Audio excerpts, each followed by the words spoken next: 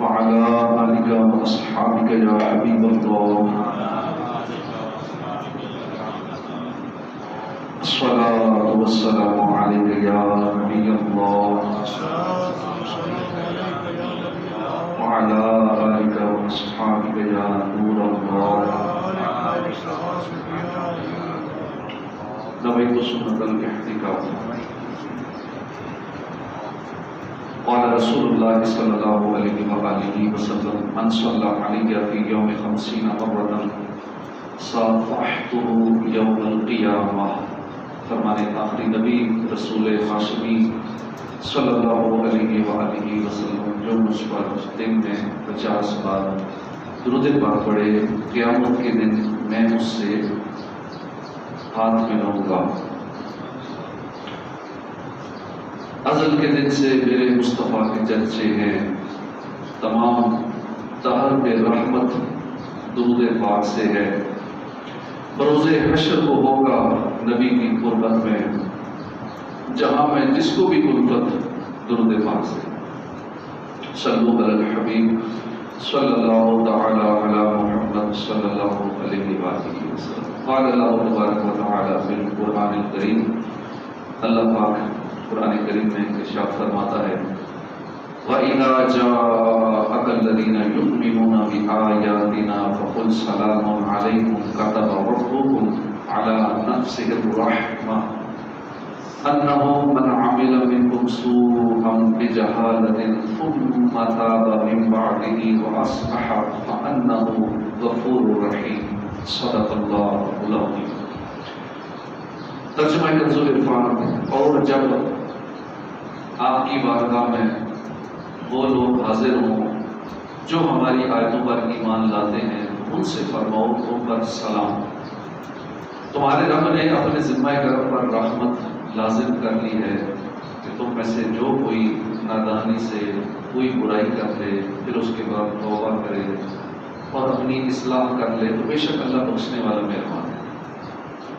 الحمدللہ بہت ہی فضیلت والا مہینہ ماہ ذوالحجہ الحرام تشریف لا رہا ہے۔ آج کی رات کو شاید مغرب کے بعد چاند نظر آ جائے یا کم ہو جائے۔ حدیث پاک میں کہ سید الشہور رمضان وَأَعْظَمُهَا حُرْمَةً ذوالحجہ، یعنی مہینوں کا سردار رمضان ہے اور حرمت اور عزت کے اعتبار سے سب سے عظمت والا مہینہ ذوالحجہ الحرام۔ حضرت کعب احبار فرماتے ہیں کہ اللہ نے زمانے کو اختیار فرمایا، بس اللہ کے ہاں سب سے محبوب زمانہ حرمت والے 4 مہینے یعنی ذوالقعدہ، ذوالحج، محرم اور رجب، یہ 4 مہینے حرمت والے ہیں۔ ان مہینوں میں سے اللہ پاک کو سب سے زیادہ پیارا یہ ذوالحجہ ہے جو آنے والا۔ اس کے پہلے 10 دن اگر رات کو چاند نظر آتا ہے تو کل پہلا دن ہوگا۔ پہلے 10 دن یعنی اس کو عشرہ ذوالحج بھی کہتے ہیں، یہ اللہ کے ہاں سب سے محبوب دن ہے۔ عشرہ ذوالحج کے ابتدائی 10 دن بڑی بابرکت ہیں، برکت والے ہیں، اللہ کے ہاں بہت محبوب ہیں، یہاں تک کہ قرآن پاک میں ان دنوں کی قسم ارشاد فرمائی والفجر ولیال عشر، صبح کی قسم اور 10 راتوں کی قسم۔ ایک قول کے مطابق یہاں جو ذکر ہے نا 10 راتیں، یہ ذوالحج کی پہلی 10 راتیں مراد ہیں۔ پتہ چلا کہ ذوالحج کی راتیں بھی بڑی فضیلت والی ہیں، دن بھی برکت والے ہیں، راتیں بھی برکت والی ہیں۔ حج کا مہینہ آئے ماہ حرام آیا، طیبہ کی یاد لایا ماہ حرام آئی ہے کس کی قسمیں؟ قرآن کی آیتوں میں رب کو ہمارے بھایا ماہ حرام آیا۔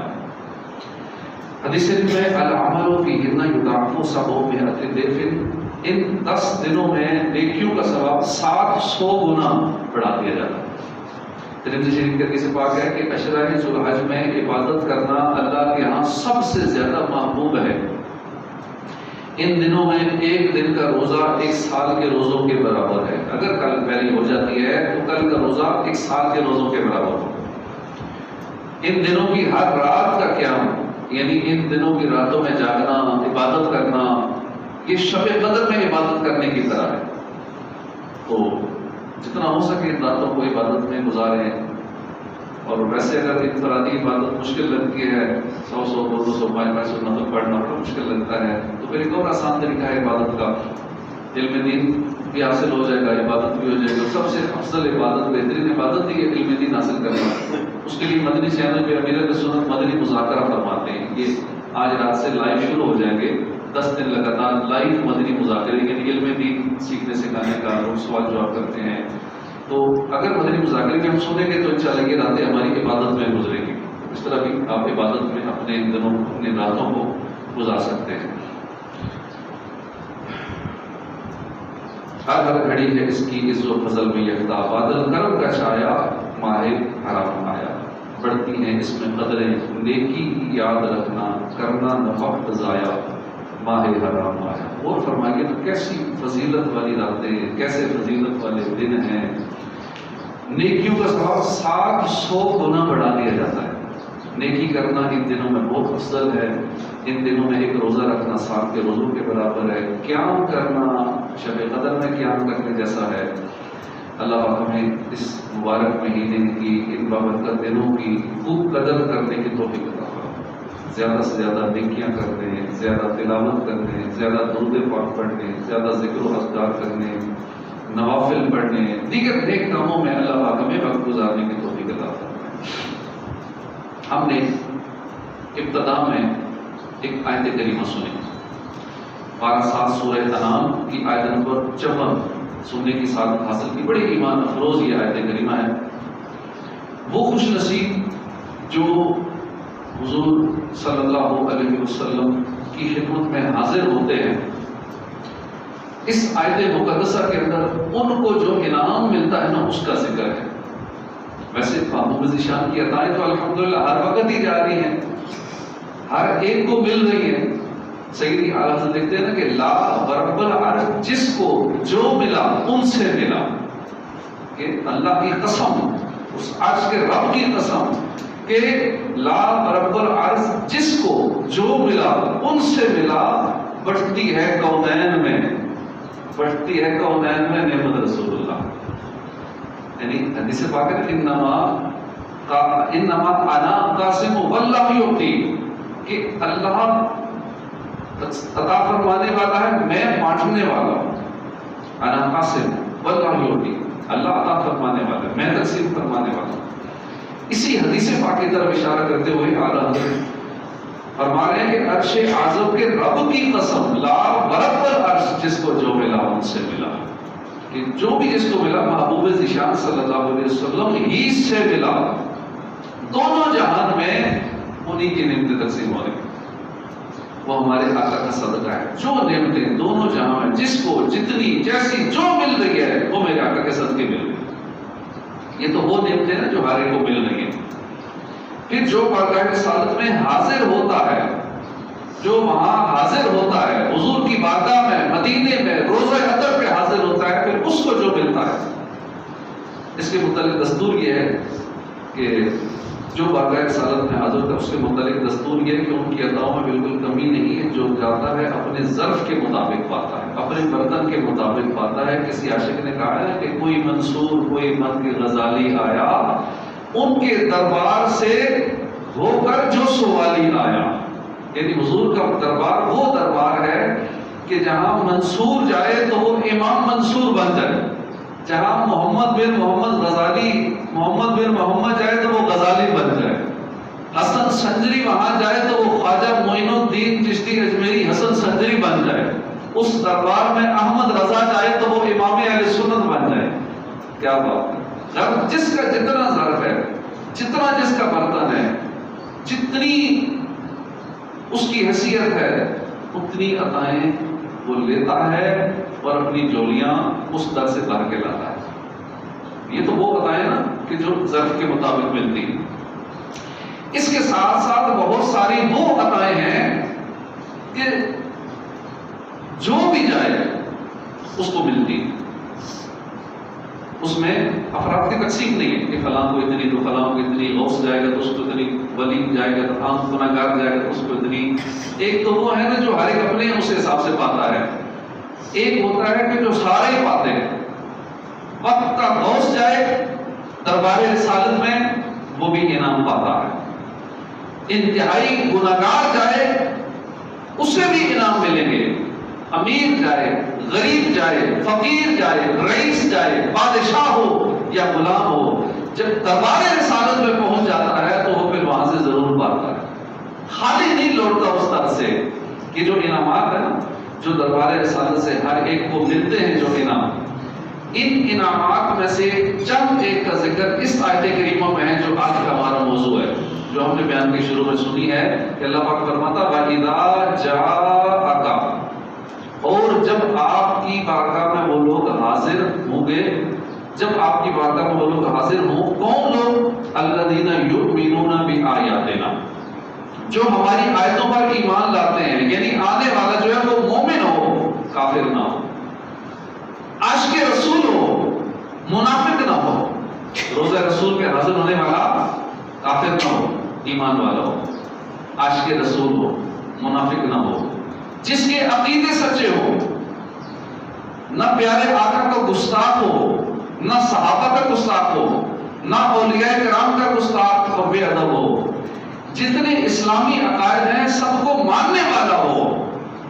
جب وہ دربار رسالت میں جاتا ہے اس بارے میں فرمایا کہ اس کو کیا ملے گا. فرمایا فقل، تم ان سے فرماؤ اے محبوب جو بھی آپ کا سچا غلام آ جائے، جو ہم نے اوپر بیان کی کہ وہ کافر نہ ہو، منافق نہ ہو، گستاخ نہ ہو، بے ادب نہ ہو، کہ یہاں سے چلا بھی جائے، حج پہ چلا گیا، وہاں سے مدینے چلا گیا، لیکن عقیدہ یہی ہے کہ مدینے تو آ گیا ہوں بس حضور معاذ اللہ مار کی مٹی ہو گئے، معاذ اللہ حضور نہیں سنیں گے، معاذ اللہ حضور کو تو علم ہی نہیں ہے، معاذ اللہ حضور کو کچھ فائدہ نہیں دے سکتے، معاذ اللہ حضور شفاعت تو نہیں کریں گے، کوئی شفاعت نہیں کرے گا. عقیدہ اس کا یہ ہو، جہاں وہاں رہا ہے، عقیدہ یہ کہ کوئی فائدہ نہیں ہوگا.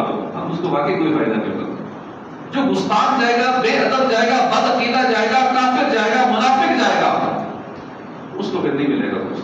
لیکن جب عاشق رسول جائے گا، اس عقیدے کے ساتھ جائے گا کہ میرے نبی زندہ ہے، تو زندہ ہے واللہ، تو زندہ ہے واللہ، میری چشم عالم سے چھپ جانے والے، اس عقیدے سے جائے گا میرے آقا میرا صلوات و سلام سن رہے ہیں، میں مدینے میں حاضر ہوں، میرے آقا مجھے دیکھ رہے ہیں، میری ایک ایک حرکت کو ملاحظہ فرما رہے ہیں، میرے دل میں اٹھنے والے خیالات سے بھی باخبر ہے، تو اس کو پھر الگ ہی ملتا ہے.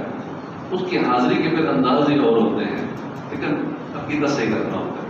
کسی مذہب کے ہتھے چڑھ گیا تو وہ تو پھر یہی یہاں سے ادھر سے سب پڑھا کے بھیجیں گے، معاشیت کا نہیں کرنی، بدعت نہیں کرنا، حضور سنتے نہیں ہے نا، ماشاءاللہ مار کے مٹی ہو گئے، 14 سال پہلے ختم ہو گئے. تو اس طرح کی باتیں ادھر سے سب پڑھا کے بھیج دیا جاتا ہے. پھر وہاں بھی بہت سارے کام کرنے والے، تربیت کرنے والے مل جاتے ہیں ایسے. تو اس لیے گستاخوں سے بچا جائے، بد مذہبوں سے، بد عقیدہ لوگوں سے دور رہا جائے کہ جو حضور کے بارے میں ہمارے دل و دماغ میں اس طرح کے غلط عقیدے فیڈ نہ کریں. تو یہ پہلا انعام ہے کیا؟ سلام علیکم. سچا غلام جب وہاں حاضر ہو جائے تو فرمایا کہ فقل، تم ان سے فرماؤ سلام علیکم، تم پر سلام. یہ ہے پہلا انعام. علماء کرام نے اس کے دو معنی بیان فرمائے کہ ایک تو یہ ہے کہ پیارے آقا صلی اللہ علیہ وسلم آنے والے غلاموں کو سلام ارشاد فرماتے ہیں. جو بھی در رسول پہ جاتا ہے میرے آقا اس کو سلام ارشاد کرتا ہے. کتنا خوش نصیب ہے. اب اس کا یہ تصور ہوگا کہ سلام ارشاد فرماتے ہیں تو کیسا اس کو ذوق ہی الگ ہوگا. لیکن جس کے دماغ میں پہلے ہی بات بیٹھی ہوئی ہے کہ یہ تو نہ سنتے ہیں، نہ دیکھتے ہیں، نہ جواب دیتے ہیں، نہ سلام دیتے ہیں، نہ سنتے ہیں، تو اب اس کو پھر کیا مل رہا ہے. دوسرا معنی یہ ہے کہ سلام رب کا ہے، اور رب کریم نے آپ سے فرمایا اے محبوب آپ کے غلام جب آپ کی خدمت میں حاضر ہوں آپ ہمارا سلام انہیں پہنچا دیں.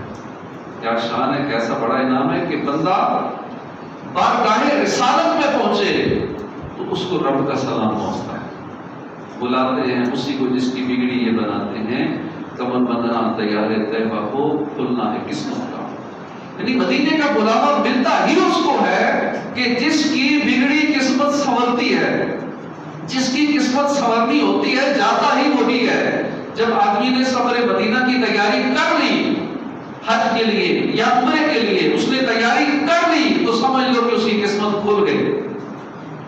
فرمایا کہ یہ پہلا انعام. اللہ پاک نے مزید فرمایا کتب ربکم علی نفسہ الرحمہ، تمہارے رب نے اپنے ذمہ کرم پر رحمت لازم کر لی. یہ دوسرا انعام.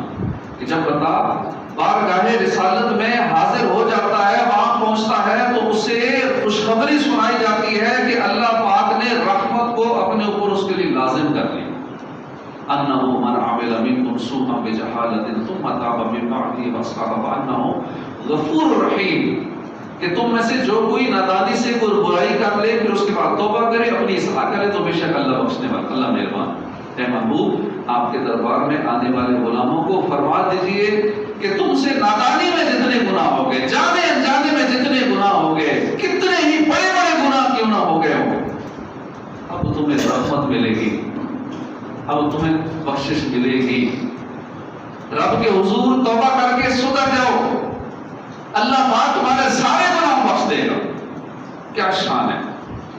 رحمتیں رب کی ہیں اور ملتی کہاں سے ہیں؟ ملتی حضور کے در سے۔ اعلیٰ حضرت لکھتے ہیں نا، وہی رب ہے جس نے تجھ کو ہم تک کرم بنایا، ہمیں بھیک مانگنے کو تیرا راستہ بتایا، تجھے حمد ہے خدایا، تمہیں حاکم برایا، تمہیں قاسم عطایا، تمہیں دافع بلایا، تمہیں شافع ہتایا، کوئی تم سا کون آیا۔ سبحان اللہ۔ اس آیت کریمہ میں جو ہم نے سنی ہے، واضح فرما دیا ہے کہ جو در مصطفیٰ پہ پہنچ جاتا ہے آپ اسے سلام ارشاد فرماتے ہیں۔ اب یا تو اپنی طرف سے سلام کی دعا دیتے ہیں یا رب رحمان کا سلام پہنچاتے ہیں۔ جو اس در پہ پہنچ جاتا ہے وہ رحمتوں کے سائے میں آ جاتا ہے، ہر سمت رحمتوں کی برسات ہو رہی ہے رحمتوں کا دریا سرکار کا مدینہ۔ اب ہو سکتا ہے کسی کے ذہن میں سوال ہو رہے کہ یہ آیت کریمہ اس وقت نازل ہوئی جب حضور زندہ تھے، ظاہری زندگی کے ساتھ، ابھی زندہ ہے، جب ظاہری حیات کے ساتھ متصف تھے۔ الفاظ یوں کہیں گے، یہ نہیں کہیں گے حضور جب زندہ تھے تو یہ بات تھی، تو یہ حدیث تھی، یہ ادب کے خلاف ہے۔ جب یہ ایسی آ جائے موقع بات کرنے کا تو کہیں جب حضور صلی اللہ علیہ وسلم ظاہری حیات کے ساتھ متصف تھے، زندہ تھے تو زندہ تو ابھی ہیں۔ تو اس وقت کی آیت کریمہ نازل ہوئی، ذہن میں یہ وسوسہ آ سکتا ہے، لہذا یہ جو سلام فرمانے کی بات ہے، یہ رحمتیں ملنے کی بات ہے، یہ تو وہ ظاہری زندگی کے ساتھ تھی نا، اب تو پردہ فرما چکے 1400 سال ہو گئے، اب یہ انعامات کیسے ملیں گے مدینے جانے سے؟ یہ ایک شیطانی وسوسہ ہے۔ جواب سن لیجیے۔ اول تو دیکھیے کہ اس آیت کریمہ میں کوئی ٹائم لیمٹ نہیں ہے، کوئی وقت کی قید نہیں ہے کہ یہ حضور کے زمانے تک ہے، جب تک ظاہری زندگی تھی اس وقت تک کے لیے ہے، یا اگلے 50 سال کے لیے حکم ہے، یہ 100 سال تک ہے، یہ 1400 سال تک ہے، اس کے بعد نہیں۔ اس میں کوئی اس وقت قید نہیں ہے آیت کریمہ کے اندر کہ یہ قانون 50 سال تک ہے، 100 سال تک ہے، اس کے بعد یہ انعام ملنا بند ہو جائیں گے۔ اتنے سال تک یہ قانون ہے، اس کے بعد جو جائے گا اس کو انعام نہیں ملیں گے، اللہ کی رحمت نہیں ملے گی، وہاں سے بخشش نہیں ملے گی، کچھ نہیں ملے گا۔ جب آیت کریمہ میں ایسی کوئی قید نہیں ہے تو پھر ہم کوئی ادار کیوں لگائیں؟ ہرگز نہیں لگا سکتے۔ دوسرے نمبر پر ایک حدیث پاک سنیے، پورا مسئلہ ہی حل ہو جائے گا۔ میرے آقا صلی اللہ علیہ وسلم نے فرمایا، من زار قبری بعد موتی، جس نے میری قبر کی زیارت کی میری دنیا سے پردہ فرمانے کے بعد، من زار قبری بعد موتی کان کمن زارنی فی حیاتی، جس نے میرے وصال ظاہری کے بعد میرے مزار پر حاضری دی، وہ ایسے ہے کہ گویا اس نے میری زندگی میں حاضری دی۔ حدیث پاک ہے، مسئلہ یہاں سے حل ہو جاتا ہے۔ یہ حدیث پاک جب ذہن میں ہوگی نا، پھر مدینے میں حاضری ہوگی، اس کا انداز ہی الگ ہوگا۔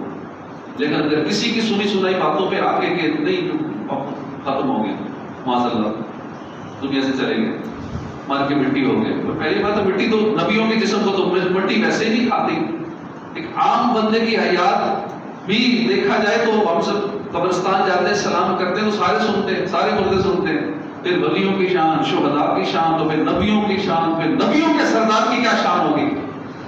تو پتہ چلا کہ روزہ پرنور پر حاضری جو دیتا ہے وہ ایسا ہے کہ جیسے پیارے نبی صلی اللہ علیہ وسلم کی زندگی مبارک میں آپ کی خدمت عالیہ میں حاضر ہوتا ہے، وہ ایسے ہے۔ اب جب یہاں سے اس نیت سے مدینے جائیں گے، اس نیت سے حج اور عمرے پہ جائیں گے کہ میں حضور کے پاس جا رہا ہوں، یا کسی اپنے پیارے کے پاس جاتے ہیں نا، جب پتہ ہوتا ہے اس پیارے کے پاس جا رہے ہیں تو وہ اور انداز ہوتا ہے لیکن جب یہ ہو کہ میں اس کے پاس جا رہا ہوں جو مار کے پھٹی ہو گیا، جو ختم ہو گیا، جو مر گیا، میں اس کے پاس جا رہا ہوں، پھر اور کیفیت ہوتی ہے۔ لیکن جب ہم کسی زندہ کا تصور مان کے کسی کے پاس جاتے ہیں تو پھر اس کا انداز اور ہوتا ہے۔ تو اس نیت سے ہم نے مدینے میں حاضر دے دیا۔ رب فرماتا ہے کہ میرے محبوب کے غلاموں، سچا پکا مسلمان آپ کی خدمت میں آ جائے، اسے سلام بھی پہنچا دیجئے۔ اے میرے محبوب، جب آپ کے غلام آپ کی خدمت میں حاضر ہوں تو سلام بھی انہیں پہنچا دیجئے اور رب کی خوشخبری بھی سنا دیجئے۔ تو جو روزہ پاک پر حاضر ہو جائے وہ ان انعامات کا حقدار ہو جاتا ہے۔ حضور بھی سلام ارشاد فرماتے ہیں، پھر اللہ کا سلام بھی اس گنہگار کو پہنچاتے ہیں۔ امام حاکم نے روایت لکھی ہے، حضرت داؤد بن ابو صالح فرماتے ہیں، ایک دن دو جہان کے سلطان صلی اللہ علیہ وسلم کے آستان ذیشان پر خلیفہ مروان حاضر ہوا۔ وہاں اس نے ایک صاحب کو دیکھا کہ جو قبر انور پر منہ رکھے ہوئے ہیں۔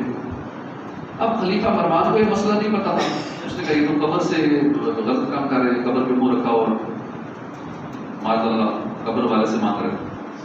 لہٰذا اس کی گردن پہ ہاتھ رکھا خلیفہ مروان نے، ہاتھ رکھ کے کہا تم یہ کیا کر رہے ہو؟ وہ جو صاحب تھے انہوں نے فوراً فرمایا میں جانتا ہوں میں کیا کر رہا ہوں۔ یہ کہہ کر انہوں نے جیسے ہی خلیفہ مروان کی طرف چہرہ پھیرا تو وہ مشہور صحابی رسول میزبان مصطفیٰ حضرت ابو ایوب انصاری تھے مدینے میں، جہاں حضور کی اونٹنی جہاں آگے نا تو اس نے قدم رکھے تو بیٹھ گئی تھی، یہ وہ صحابی تھے۔ آپ نے خلیفہ کو سمجھاتے ہوئے فرمایا کہ میں کسی پتھر کے پاس نہیں آیا، میں حضور کی بارگاہ میں حاضر ہوں۔ مطلب کہ میں کسی مردہ کے پاس نہیں آیا، میں اس نبی کی بارگاہ میں حاضر جو زندہ ہے۔ وہ 60 روزہ سجدے میں سوئے حرم چکے، اللہ جانتا ہے نیت کدھر کی۔ تو معلوم ہوا کہ صحابہ کا بھی یہی عقیدہ تھا کہ روزہ مصطفیٰ پر حاضری ایسی نہیں ہے جیسے عام ہم کسی قبر پہ جاتے ہیں، اپنے والدین کی قبر پہ جاتے ہیں، کسی اور کی قبر پہ، کسی اور مزار پہ جاتے ہیں۔ وہ حاضری ہی الگ ہے، وہ دربار ہی الگ ہے، اس کے آداب ہی الگ ہیں۔ اللہ کے فضل سے محبوب ذیشان صلی اللہ علیہ وسلم اپنے مزار پاک میں دنیاوی زندگی جیسی حیات کے ساتھ زندہ ہے، جیسے ظاہری حیات میں سنتے بھی تھے، سلام بھی سنتے تھے، سلام کا جواب بھی ارشاد فرماتے تھے، ایسے ہی اب بھی سلام سنتے ہیں، اب بھی جواب ارشاد فرماتے ہیں۔ یہ تو باقاعدہ حدیث پاک ہے۔ صحابہ نے عرض کی یا رسول اللہ ہم آپ پہ درود پاک پڑھتے ہیں، آپ تک پہنچ جاتا ہے، تو جب آپ مظہر کے اندر تشریف فرما ہوں گے کہ جب دنیا سے پردہ فرما جائیں گے تو پھر آپ درود پاک پڑھیں گے تو پھر کیا ہوگا، کیسے پہنچے گا؟ پھر آقا نے فرمایا ان اللہ حرم علی الارض ان تاکل اجساد الانبیاء، الانبیاء حی یرزق، بے شک نبیوں کے جسم کو کھانا اللہ پاک نے زمین پر حرام فرما دیا۔ انبیاء کرام زندہ ہیں اور زندوں کی طرح روزی دیے جاتے ہیں، رزق دیے جاتے ہیں۔ تو زندہ ہے واللہ، تو زندہ ہے واللہ، میری چشم عالم سے چھپ جانے کا۔ شیخ ابو نصر عبد الواحد فرماتے ہیں کہ میں حج سے فارغ ہو کر مدینے آیا تو روزہ انور پر حاضری دی، حجرہ شریف کے پاس بیٹھا ہوا تھا کہ شیخ ابو بکر تیار بکری تشریف لائے اور چہرہ انور کے سامنے کھڑے ہو کے صلاۃ والسلام عرض کیا السلام علیکم یا رسول اللہ۔ تو میں نے اور تمام حاضرین نے جو وہاں موجود تھے سب نے آواز سنی، قبر انور سے آواز آئی وعلیک السلام یا ابی بکر، یا ابو بکر، وعلیک السلام یا ابو بکر۔ یہ باقاعدہ ہم نے حضور کی آواز سنی۔ سبحان اللہ۔ سید نور الدین ایجی رحمۃ اللہ علیہ جب روزہ اقدس پر حاضر ہوئے تو عرض کیا السلام علیکم ایھا النبی ورحمۃ اللہ وبرکاتہ۔ جتنے لوگ وہاں حاضر تھے سب نے سنا کہ روزہ انور سے سلام کا جواب آیا وعلیک السلام یا ولدی، یعنی اور تجھ پر سلام ہو اے میرے بیٹے، تم کو تو ہے غلاموں سے کچھ ایسی محبت ہے ترک ادب ورنہ کہیں ہم میں پیدا۔ سرکار اپنے غلاموں سے بڑی محبت فرماتے ہیں، جب غلام روزہ انور پہ حاضر ہو تو غلام خالی کیسے لوٹے گا، بڑا کچھ عطا فرماتے ہیں۔ کسی کو مانگنا آتا ہے، نہیں مانگنا آتا، الفاظ ٹوٹے پھوٹے ہیں، اردو کی تلفظ بھی ٹھیک نہیں ہے، جیسے بھی اپنے انداز میں اپنی زبان میں ٹوٹے پھوٹے الفاظ میں بے ترتیب الفاظ ہیں، نہیں پتہ تعلیم نہیں ہے، کچھ نہیں ہے، لیکن اس در سے خالی نہیں لوٹے گا۔ وہ اپنے ہر غلام سے محبت فرماتے ہیں، کوئی ان پڑھ ہو، جاہل ہو، جیسا ہو، چھوٹا ہو، بڑا ہو، حضور کو اپنے غلاموں سے محبت ہے۔ وہ یہ نہیں دیکھتے کہ یہ بڑے پیارے الفاظ میں بڑے سجا سنوار کے کچھ پڑھ رہا ہے، عرض و معروض کر رہا ہے، اور کس کو تو کچھ آتا ہی نہیں ہے۔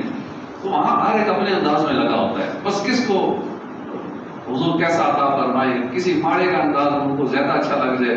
اور عموماً ہوتا ہے ایسا ہی، جو اخلاص کے ساتھ دل سے عرض کرتا ہے، اپنے سارے زندگی بھر کے دکھڑے جا کے حضور کو سناتا ہے، سارے غم اپنے آقا کی بارگاہ میں عرض کرتا ہے، تو پھر وہاں سے نگاہ کرم ہو جاتی ہے، ساری بوٹی ایک تیری سیدھی نظر کی۔